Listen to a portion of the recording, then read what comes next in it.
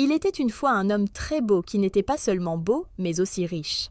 Son nom était Babar, et il était en âge de se marier. Un jour, Babar rencontra une femme très belle qu'il aimait de tout son cœur et décida de l'épouser.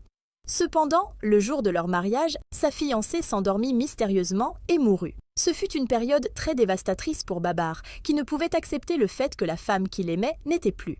Il pleura sa mort pendant des années et trouva difficile de se remarier.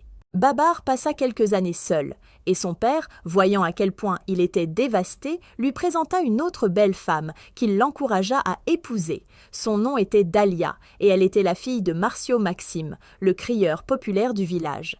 Dalia n'était pas très enthousiaste à l'idée d'épouser Babar, car elle était amoureuse d'un autre. Mais son père, en raison de sa longue amitié avec le père de Babar, força sa fille Dalia à épouser Babar. Il voyait leur mariage comme un moyen de rembourser le père de Babar pour toute l'aide qu'il lui avait apportée dans le passé. Il y a de nombreuses années, alors que sa fille Dalia était encore enfant, elle fut chassée de l'école à cause de son incapacité à payer ses frais de scolarité. Pendant des mois, Dalia resta à la maison, triste, regardant ses camarades se rendre à l'école chaque matin, la laissant seule dans leur hutte. Cela l'affecta tellement que son père dut mendier auprès des villageois pour obtenir de l'argent afin de payer ses frais. C'est ainsi qu'il rencontra le père de Babar, Talu Elton, qui à l'époque était extrêmement riche. Marcio Maxime supplia pour de l'aide et Talu lui fournit l'argent dont il avait besoin pour régler toutes les dettes de sa fille. Non seulement cela, il prit également soin de leur famille et veilla à ce qu'ils ne manquent jamais de rien. Alors, lorsque Talu vint proposer que Dalia soit donnée en mariage à son fils Babar, Marcio n'émit aucune objection à cause de toutes les choses aimables que Talu avait faites pour lui dans le passé. Cependant, l'un des oncles de Babar, Milorado, commença à leur causer des problèmes. Il avertit Marcio Maxime de tenir sa fille éloignée de Babar, mais Marcio ne céda pas à son avertissement. Milo était connu pour être un homme jaloux de Babar et de son père. Il était le seul frère du père de Babar, qui n'était pas seulement pauvre, mais aussi misérable. Il blâmait son frère pour tous ses malheurs et avait toujours détesté Babar à cause de la richesse de ce dernier en comparaison à son propre fils, qui était un voyou bien connu dans le village. Marcio savait à quel point Milo était jaloux de son frère et ne fit pas attention à lui alors qu'il continuait à marier sa fille à Babar. Les préparatifs de leur mariage commencèrent, et le matin de leur mariage, alors que Dalia s'habillait, elle s'effondra et mourut dans les bras de sa sœur jumelle. Tout le village fut plongé dans un état de confusion alors que les gens se demandaient ce qui avait pu arriver à Dalia. C'était la deuxième femme qui mourait, et les gens ne pouvaient s'empêcher de se demander pourquoi.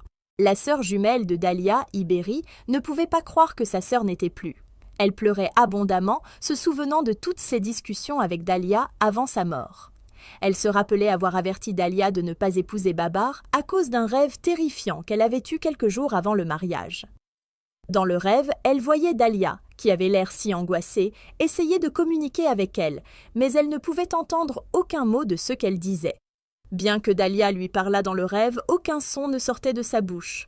Le rêve l'avait terrifiée car elle avait un mauvais pressentiment que quelque chose de terrible allait arriver à sa sœur jumelle. En voyant comment sa sœur jumelle était morte mystérieusement, Iberi décida de découvrir la cause de sa mort. Elle savait que quelque chose n'allait pas du tout et que la mort de sa sœur n'était pas une simple coïncidence. Alors elle prit la décision de découvrir la vérité. Cependant, de l'autre côté, l'oncle de Babar, Milorado, parcourait le village en répandant des rumeurs selon lesquelles Babar et son père avaient un rôle dans la mort des deux femmes. Il les qualifiait de ritualistes qui utilisaient des personnes innocentes pour des rituels. Et avec tout ce qui s'était passé, les gens n'avaient d'autre choix que de croire à ces accusations. Ils évitaient Babar comme la peste, et sa vie, autrefois vibrante et joyeuse, se transforma en une existence triste remplie de solitude et de désespoir. Babar vécut une vie de solitude, avec sa réputation ternie au-delà de toute réparation. Il devint l'objet de soupçons et de peurs, aucune femme du village n'étant prête à risquer sa vie pour l'épouser, malgré le fait qu'il avait tout ce qu'elle recherchait chez un homme. Son père approcha plusieurs familles en son nom pour trouver une femme pour Babar, mais toutes les familles le refusèrent, ne pouvant risquer que leur fille meure comme les autres femmes. Même Babar fit tout son possible pour trouver une femme, allant jusqu'à mendier pour de l'amour, mais aucune femme ne lui accorda un regard, car elle craignait pour leur vie. « Tu veux nous tuer comme les autres femmes ?» lui disaient-elles en riant et en l'appelant par des noms injurieux. Babar vécut une vie de misère, constamment rappelé des femmes qu'il avait perdues aux mains froides de la mort. Les années passèrent et Babar resta célibataire sans aucun espoir de trouver l'amour. Au fond de son cœur, il désirait ardemment une compagne, et un jour, la chance lui sourit lorsqu'il rencontra une jeune et belle femme qui venait d'emménager dans leur village. Son nom était Chika et elle était nouvelle dans leur village. Chika se rendit dans l'usine de Babar pour chercher un emploi, et Babar, en la voyant, tomba profondément amoureux d'elle. Il lui parla gentiment, et Chika sembla également s'attacher à lui. Elle obtint le poste dans son usine, et Babar commença à passer plus de temps avec elle. Les jeunes femmes du village, voyant à quel point Chika était proche de Babar, décidèrent de la mettre en garde contre son passé. Elles lui racontèrent tout ce qui était arrivé aux femmes qui avaient accepté d'épouser Babar par le passé et la prévinrent de ne jamais envisager de l'épouser. Chika les remercia pour leur avertissement et s'éloigna. Cependant, elle décida en elle-même d'épouser Babar malgré les nombreux avertissements qu'elle avait reçus des villageois. Peu de temps après, Babar demanda sa main en mariage, et elle accepta sans hésiter. Ravi de la nouvelle, Babar informa son père qu'il avait trouvé une épouse. Son père était tellement heureux de voir la joie dans ses yeux qu'il se réjouit avec lui et commença à planifier le mariage. Cependant, l'oncle de Babar ne semblait pas trop heureux de la nouvelle. Il approcha Chika pour la dissuader d'épouser Babar, lui disant que si elle tenait à sa vie, elle devait laisser Babar tranquille, car l'épouser l'amènerait à sa mort. Chika regarda Milo dans les yeux et lui dit qu'elle aimait Babar et qu'elle allait l'épouser.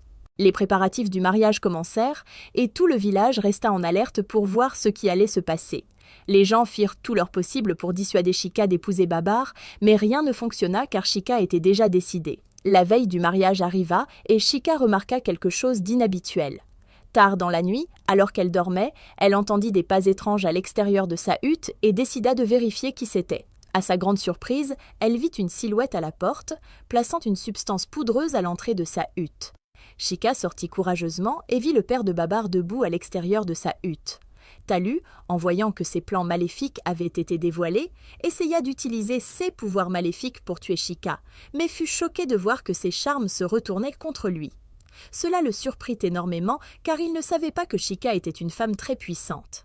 Elle était une chrétienne très puissante, bénie de grands pouvoirs. La sœur jumelle de Dahlia, Iberi, rencontra Chika un après-midi chaud et lui raconta l'histoire tragique de sa sœur. Chika, après avoir écouté comment Dahlia était morte le matin de son mariage, décida d'aider Iberi à découvrir la vérité. Elle approcha Babar, connaissant tous les rejets qu'il avait subis de la part des femmes. Elle savait que le convaincre de l'épouser serait facile, étant donné qu'aucune femme ne voulait l'épouser. Chika se positionna de manière à pouvoir découvrir qui était derrière ce mal, et fut choquée de réaliser qu'il s'agissait du propre père de Babar. Elle appela immédiatement à l'aide, et tout le village se rassembla, choqué de voir Talu agenouillé devant sa hutte, sans possibilité de s'échapper. Talu avoua tous ses crimes odieux. Il révéla qu'il était un ritualiste qui utilisait des gens pour des rituels. Il raconta également comment il avait tué les autres femmes avec la même poudre, qu'il plaçait devant leur porte la nuit. Il expliqua que dès que les femmes traversaient la poudre, elles étaient marquées pour mourir et mouraient peu de temps après. Il avoua aussi avoir utilisé son propre frère Milorado et son fils pour des rituels, les rendant inutiles et pauvres. Il dit qu'il avait fait tout cela pour augmenter sa richesse et s'assurer qu'il resterait riche toute sa vie. Le village était sous le choc alors que Talu détaillait ses actes diaboliques. Il expliqua qu'il utilisait ses pouvoirs maléfiques pour s'assurer que chaque femme que Babar essayait d'épouser mourait avant que le mariage ne soit consommé. Son objectif ultime était de conserver sa richesse et son pouvoir, même si cela signifiait sacrifier la vie d'innocents. Cependant, la foi chrétienne forte de Chika et ses prières constantes avaient créé une protection divine autour d'elle que le pouvoir maléfique de Talu ne pouvait pas pénétrer. Babar fut extrêmement choqué d'entendre les aveux de son père. Il ne pouvait pas croire que son père avait sacrifié son propre bonheur pour la richesse, sans se soucier de la façon dont ses actes diaboliques avaient affecté sa vie pendant toutes ces années. Peu de temps après que Talu ait terminé ses aveux, il s'effondra et mourut.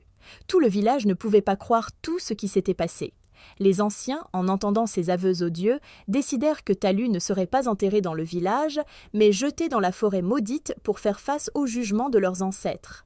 C'est ainsi que les esprits de ceux qui l'avaient sacrifié, y compris Dahlia, furent libérés de leur captivité, et Iberi, sa sœur jumelle, trouva une clôture à propos de la mort étrange de sa sœur.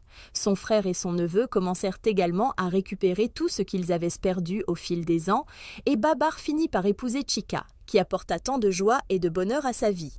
Ils tombèrent amoureux sincèrement après tout ce qui s'était passé et décidèrent de passer leur vie ensemble. Malgré tout ce qui s'est passé, la leçon à tirer de cette histoire est que nous ne devons pas être trop rapides à juger les autres, car notre perception d'eux peut être erronée.